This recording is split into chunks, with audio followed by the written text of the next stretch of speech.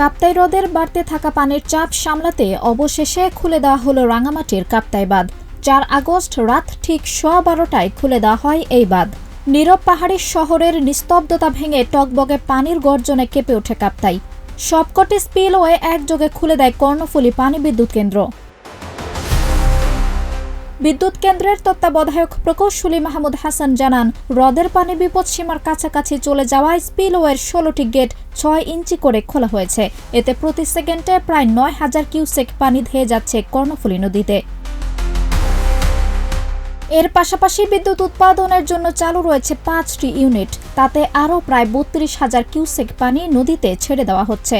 সব মিলিয়ে বর্তমানে কর্ণফুলীতে প্রতি সেকেন্ডে প্রায় 41,000 কিউসেক পানি প্রবাহিত হচ্ছে। নিয়ন্ত্রণ কক্ষ থেকে জানানো হয়েছে, এই পানি সরাসরি গড়াচ্ছে বঙ্গোপসাগরের দিকে। তবে বিপদের আশঙ্কায় 4 আগস্ট বিকেলেই এক সতর্ক ঘোষণা দিয়েছিল বিদ্যুৎ কেন্দ্র কর্তৃপক্ষ। বলা হয়েছিল, যে কোনো মুহূর্তে খুলে দেওয়া হতে পারে স্পিলওয়ে গেট। অবশেষে সেই সিদ্ধান্ত কার্যকর হয় গভীর রাতে। তবে স্থানীয়দের আশ্বস্ত করে বলা হয়, এটি পূর্ব পরিকল্পিত এবং নিয়ন্ত্রিত পানি নিঃসরণ। আতঙ্ক নয়, থাকতে হবে কেবল সতর্ক। কর্ণফুলী নদী তীরবর্তী বাসিন্দাদের উদ্দেশ্যে দেওয়া হয় সতর্ক বার্তা। নদীর আশেপাশে জনসাধারণকে অপ্রয়োজনে না যাওয়ার পরামর্শ দেওয়া হয়েছে। এই মুহূর্তের পানির চাপ সামাল দিতে বাঁধ কর্তৃপক্ষ ও প্রশাসন সমন্বয়ে কাজ করছে। পরিস্থিতি স্বাভাবিক না হওয়া পর্যন্ত পর্যবেক্ষণে রাখা হবে পানি নিঃসরণের মাত্রা।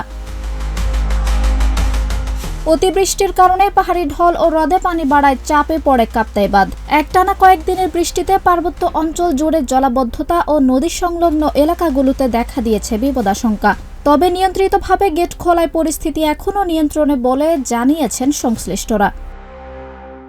𝗙𝗶𝗍, প্রজন্ম 24।